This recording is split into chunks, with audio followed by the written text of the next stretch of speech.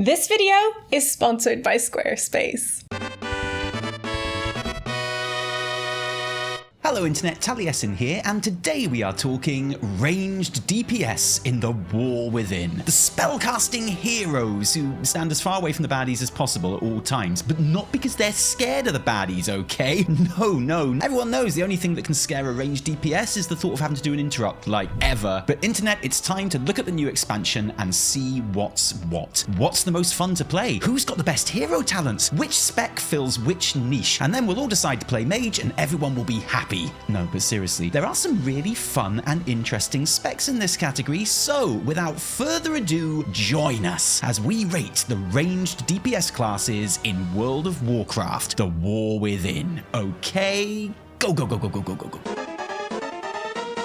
War Within as an expansion is basically built for Shadow Priests. Not because they're any good to play, obviously, but because the main character is literally our weapon from Legion. All hail Shadow Mother, all hail the Void. If you didn't start a new Void Elf Shadow Priest for this expansion, then quite frankly, you're doing it wrong. Shadow is a priority spec with some great flow, cool aesthetics, and interesting hero talents. It has a very consistent damage profile, which basically uses the same rotation for single target and AOE, just with the added annoyance of keeping vampiric touch dots on as many targets as you want to actually do damage to. And the sight of a fully ramped up Shadow Priest unleashing Void form and sending a million shadow apparitions out in all directions really is one of the coolest sights in WoW right now. While changes have been minimal going into the War Within, some are greatly appreciated, like Shadow Crash now being able to be cast on your target without any aiming reticules, Mindflay Insanity dealing its damage in half the time and having twice the amount of possible stacks, big dub there, and mind games being removed entirely, which just helps streamline the loadout. That does mean that the hero talents is where the biggest gameplay impacts are at, and Archon and Voidweaver are both pretty good. Voidweaver is obviously the big class fantasy option, popping a cool voidy orb every time you use Void Torrent, so every 30 seconds, which does decent AoE damage to a small number of targets, unless they do something really evil and clever, like move out the way of the painfully slow-moving ball, and more importantly, lets you cast Void Torrent while moving, which honestly is worth the price of admission alone, because Shadow Priest mobility kinda sucks. I'm being told that with this hero talent tree, you're probably gonna want to take Dark Ascension though, which, nope. No, that sucks, no. So word on the street is Archon is probably going to be the pick for most content just because you can still take Void Eruption. And it's a very simple one. Cast Halo and it's going to send shadowy halos echoing back and forth. It does still look very cool though, and honestly, you could do a lot worse. Just ask Hunter. When making a list of the most fun specs in World of Warcraft, it has been impossible not to mention Demonology in recent years. After Blizz literally admitted to breaking the spec so that no one would play it towards the end of Warlords of Draenor, only to be rewarded with the most annoying playstyle of all time with Empower Demon and Legion after getting all their cool metamorphosis stolen by demon hunters, Blizz hit on something kind of special in BFA. One simple idea that helped revolutionize the class and put it on a one-way ticket to Funtown. Guys, what about if we just let you throw all your imps at the baddies and then they all explode? How many imps do you have? I don't know, like 10, 15? I'm not sure. Oh, wait, can we call it Implosion? Obviously. Sold! Honestly, there is not a more fun button to press in Big Mythic Plus mobs than Implosion, in my opinion. And it was the big, fun, stupid ability that Demo needed to truly embrace the big, dumb, stupid, in the best way, vibe that it has had ever since. The biggest new additions in the War Within are the new Doom talent, which now gets applied by Demon Bolt, has its duration reduced by consuming demonic cores, and then blows up, and can be talented to summon a Doom Guard when it does. This is obviously awesome and encourages target switching in AOE to get as many applications of Doom and as many explosions and as many summons as possible. Vile Fiend can now be talented into the purple single target dog version or the orange AOE dog version on a short cooldown, and actually the talent talent tree in general is just really intuitive and lets you focus on different demons and playstyles. It is very cooldown dependent for its damage, but is great in single target and cleave, and, you know, obviously the best hero talent choice is Diabolist because you get more demons, and also every now and then buttons glow green and it makes the spell cooler when you press it. It's the perfect mix between awesome visuals and just enough interaction to make you feel like you're doing something without it being annoying. And you have to take it over Soul Harvester, even though Soul Harvester was OP in beta. Demo doesn't have the most involved rotation, but it's a smooth as butter builder spender. It's the kind of good chaos I think we all need in our lives.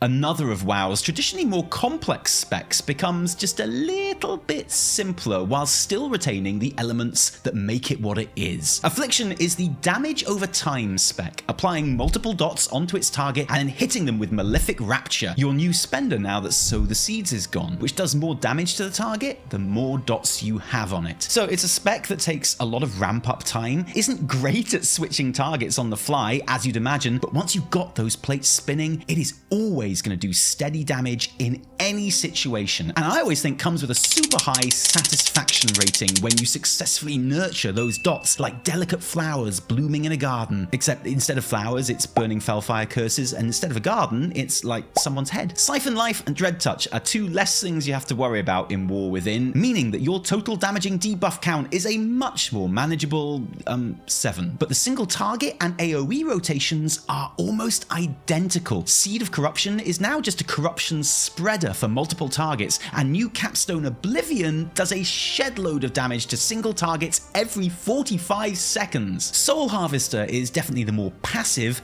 and best looking of their hero talent trees and gives you extra instant cast Shadow Bolt procs, whereas Hellcooler has an honest to goodness whole other 1 minute cooldown to add to the collection, which slots in perfectly with Soul Rot and just feels extra specially Affliction, you know? There has never been a better time to try Affliction in earnest. I think it could well end up being the spec I play my Warlock in the most, so come and join the Dot Party. The Dots go, never mind.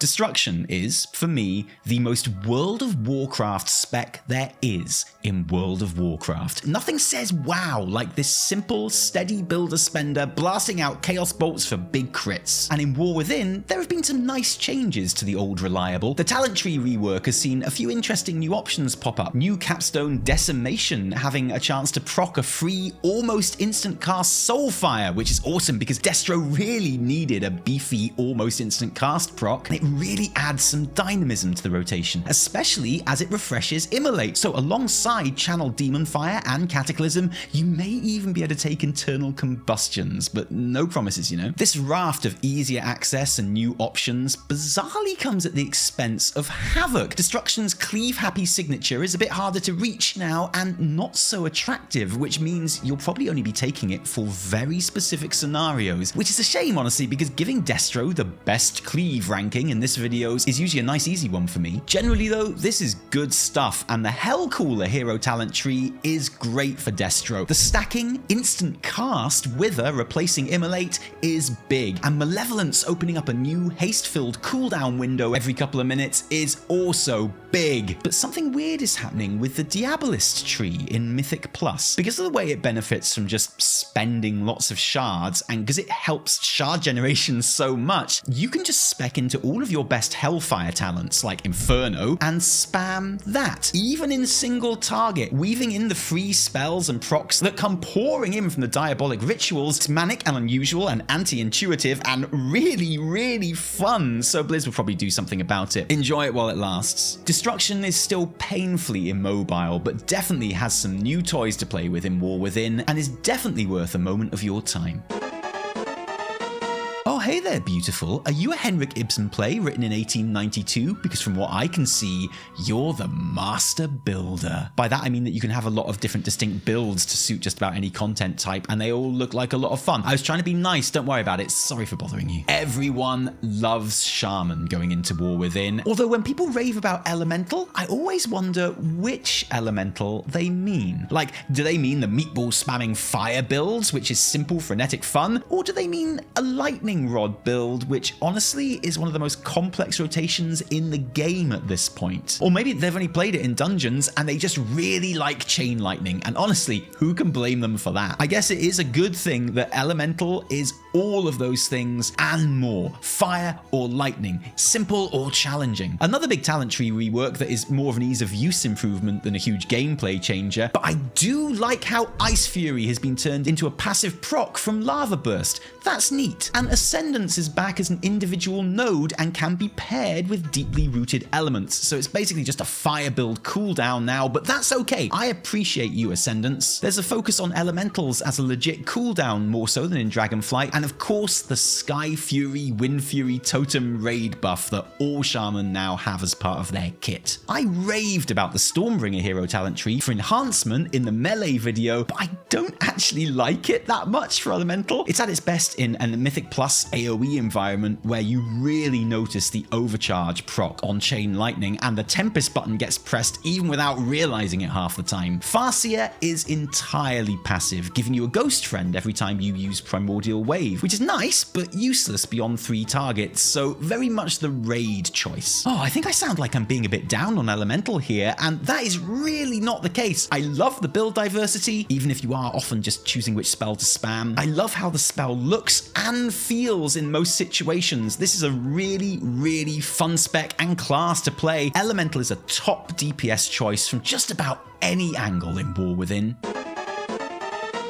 Once again, Beast Mastery has a fair shout to be the simplest class in the entire game to just pick up and play, being incredibly mobile in combat, having a very straightforward and forgiving rotation filled with regular short cooldowns and great survivability and utility. If you already know your way around the spec, then the War Within iteration is going to be very familiar, even though the talent tree has had a big rework. Highlights include Dire Beast granting 20 focus, even when it happens passively from Dire Command. Huntmaster's Call is now a passive which triggers every 3 Dire Beast casts, causing either Hattie or Fenrir to leap into the fray and apply a bleed or increase all your pet damage. Murder of Crows is a passive that procs every 5 kill commands, and yes, I know what you're thinking. You're thinking, hey, that is a lot of damage tied to procs that could completely happen when you don't need them to and not when you need them to. And yeah, you're right, that is a thing with BM now, to be honest. Pack Leader is a mostly passive hero talent tree that sometimes drops you free kill commands and extended beast cleave duration, and as you can guess is a very solid DPS increase with very little involvement on your part. While Dark Ranger is a mostly passive tree that sometimes drops you free kill commands and extended beast cleave duration, but this time with a black arrow that you have to use on cooldown. So yeah, big choices for BM players there. I'll be real, all my homies hate the hunter hero talents, and by all my homies I mean Evitel. She is my only homie. Despite the crushing disappointment of Dark Ranger, I still like Beast Mastery. It's an obvious choice for an ult for me, it being so easy to pick up, and also how great it is in solo and world content. They are going to eat delves for breakfast. They can handle raid and dungeon mechanics without losing significant DPS, and never underestimate the appeal of a trusty pet class.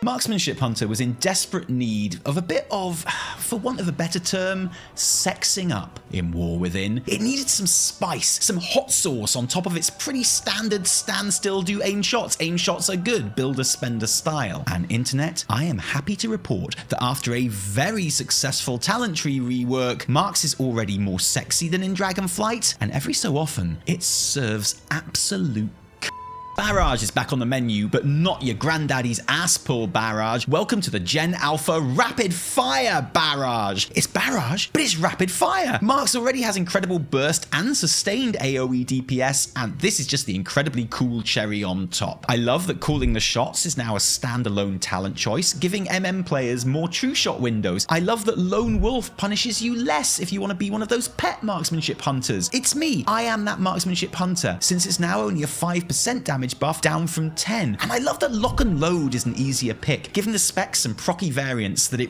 really, really needs. They also have access to the least sucky hero talent tree for hunters in Sentinel, which again is very passive, but at least has very cool visuals and is useful in any situation. All in all, they're not a groundbreaking revision, but definitely a marked improvement on many aspects of Dragonflight.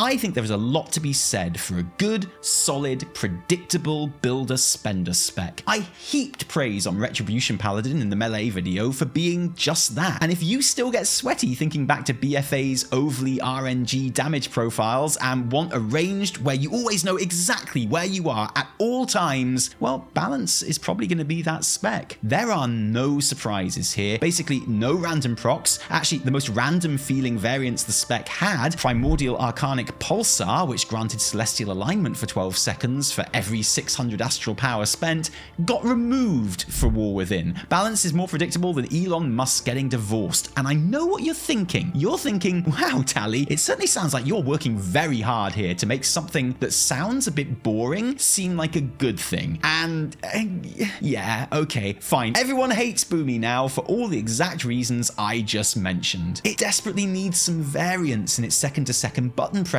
For the love of medicine, someone get this chicken a proc, a button that lights up anything. Well, the Elun's Chosen Hero talent tree will give you some procs of astral power sometimes. It's mostly focused on buffing Fury of Elun and New Moon, which at least feels totally on brand. And hey, you wanted more surprises in Balance? Well, Keeper of the Grove needs you to take Force of Nature, a talent that you would never otherwise take in a million years.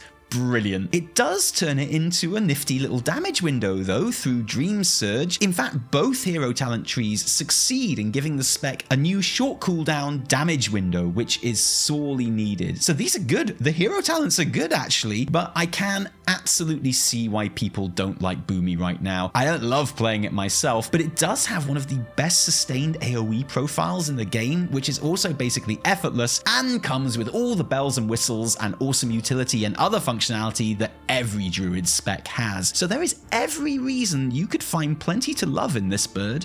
Hi everyone, the Harbinger, Evie here. What better time to be here than now? The end times. The end of the month is approaching, and the time nears when all loyal servants shall have their due. Oh, I can hardly contain the void. I can hardly contain myself. And thankfully, Squarespace is here and sponsoring today's video. Thanks, Squarespace. I feel like this place needs a sprucing up. This place, of course, being our Squarespace site. And it being Squarespace, I know that making any tweaks and changes will be a breeze. First things first, you know my number one pet peeve about this site? Those little social logos. They've just never been purple enough. Thankfully, going in and editing these with an image from our library, whoops, is a breeze. Much better. But there's actually another feature here that I haven't explored yet, being admittedly all consumed with our existing image library, and that's the stock image library. This is huge. You can search for, frankly, whatever your heart desires. There's plenty of free images to work with too. And for the truly fancy among us, there's even a built-in premium image library where you can preview those premium pics before you purchase them for your own site. But you know what my little heart really desires? More purple. Thanks to the style editor, I can make literally everything purple, from individual text boxes to entire pages, all in a snap. Oh, and the icing on the cake, you know the favicon, the little icon next to your URL? Not even that little guy is safe. Feeling inexplicably drawn to the void? Or to make your own website perhaps? Just head to squarespace.com/Taliesin Evitel, where you can enjoy 10% off your first purchase of a Squarespace website or domain. Or if you prefer to use a code, it's Taliesin Evitel. That's squarespace.com/Taliesin Evitel. These two.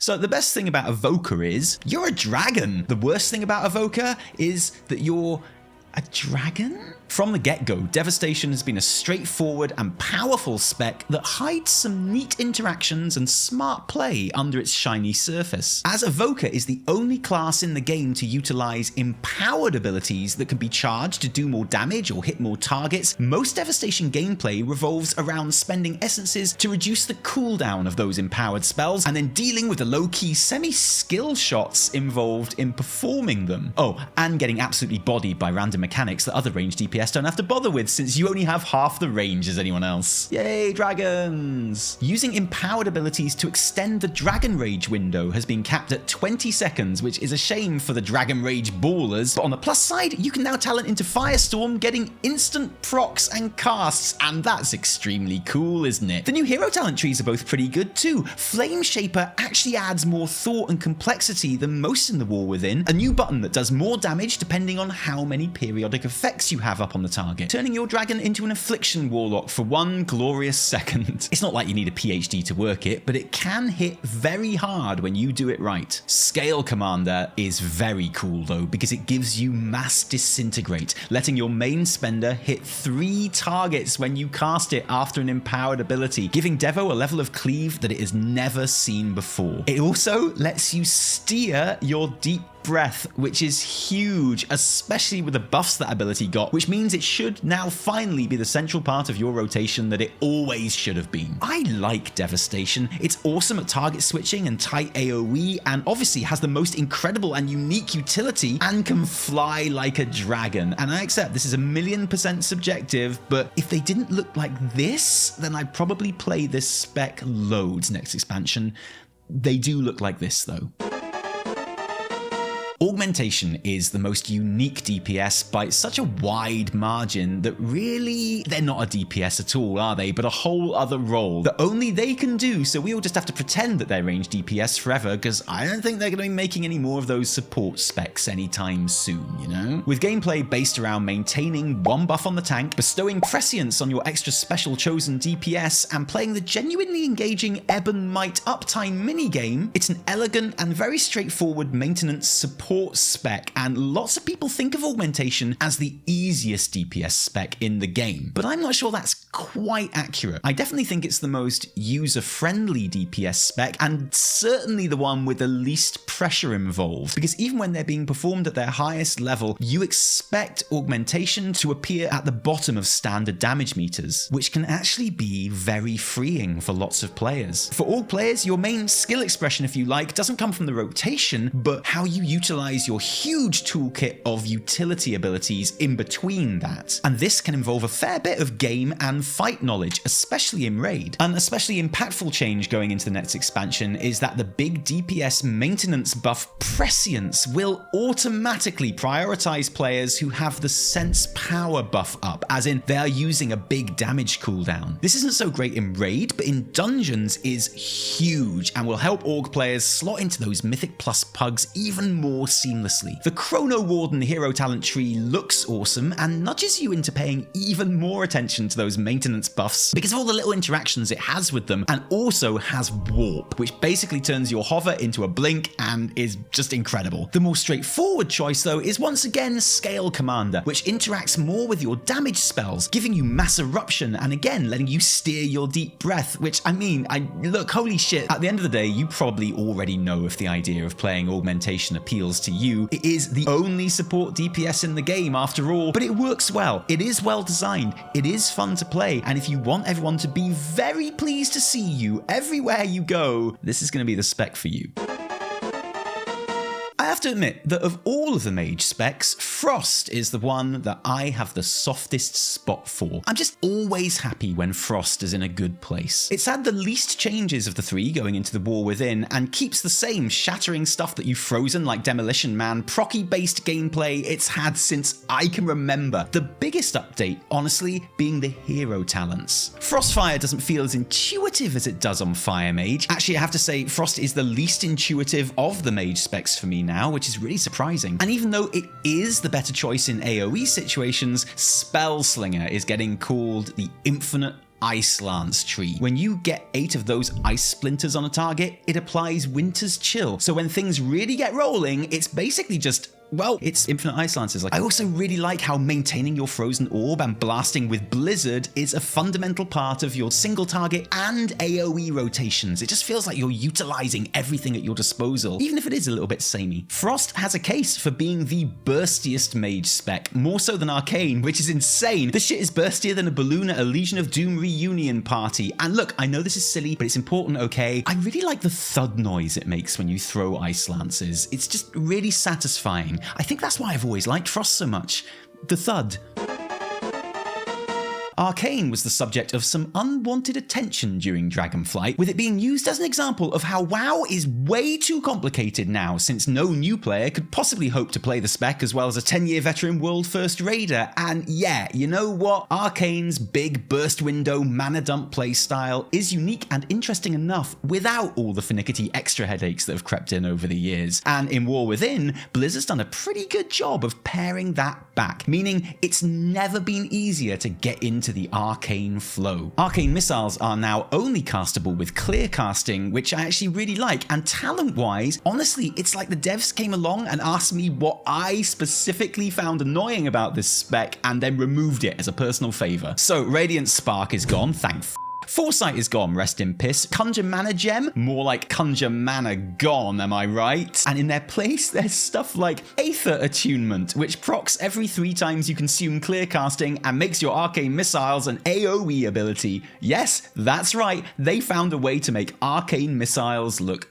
even cooler. Arcane's most thematic hero talent selection is Spellslinger. Loads of glowy purple shards going absolutely everywhere, arcane orbs up the wazoo, amazing funnel potential on top of Arcane's already amazing funnel potential. It is perfect. It's a shame then that Sun Fury is basically a damage window nitro, and since Arcane is all about the damage windows, it's probably always going to be the best option in any situation where, you know, numbers are important. Arcane's natural environment is always going to be raid for me, and I still find the melee AOE of Arcane Explosion really unsatisfying in dungeons. It's still wild to me that this spec is so awesome against tons of enemies, unless they're like slightly spread out, in which case you. But they are the tankiest mage going, and in my humble opinion, this version of Arcane feels like such an upgrade, it's hard to be too down on it. I'm going to level with you straight away here, guys. Fire is absolutely banging in War Within, and in terms of second-to-second gameplay, is probably the most fun that I can remember it being in a long time. The playstyle is the same as ever, proccing heating up into hot streaks to unleash instant pyroblasts for absolute days, giving high burst single target or AOE with free passive cleave thrown in through Ignite, all while being the most mobile ranged DPS this side of a hunter, all present and correct. But that's always been Fire Mage since I've been making these videos, and I've never seen fit to rank it the most fun range spec before, so what changed? Well, first up, it's had a complete redesign talent-wise, the most important updates being that Scorch now automatically crits and increases movement speed when used against enemies below 30% as standard, and with Heat Shimmer giving an instant cast proc chance, it can legit be a part of your rotation, even outside of execute phases, while still being, you know, really good in execute phases. Living Bomb is now applied via new talent Lit Fuse, which has a chance to proc when you consume a hot streak, with a whole host of other new talents to supplement it. This is all very cool and good, but maybe even better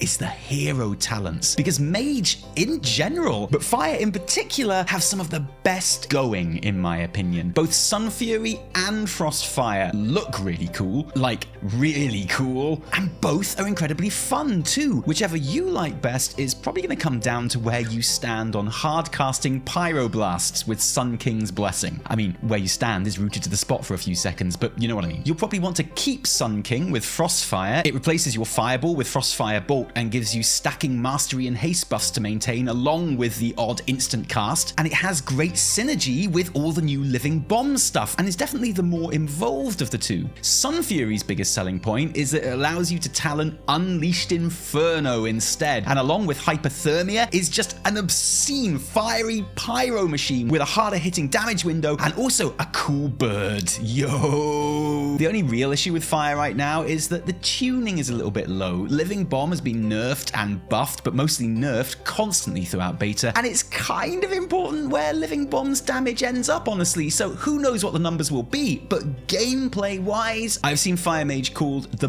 perfect spec, and I don't actually disagree. But what do you think? What do you like the look of? How have Blizzard ruined your favorite class? And why am I wrong about literally everything I've said in this video? Let us know in the comments below, and thanks for joining us today. If you like this video, don't thank us, thank our patrons who give us their actual real life money to make all of our work happen. And seriously, patrons, thank you, because without you, there would be a whole lot less Taliesin and Evitel. If you didn't like it, downvote the shit out of it. Remember, my name is Samicus. No, my name is Taliesin. From me and Evitel. Until next time, cheerio.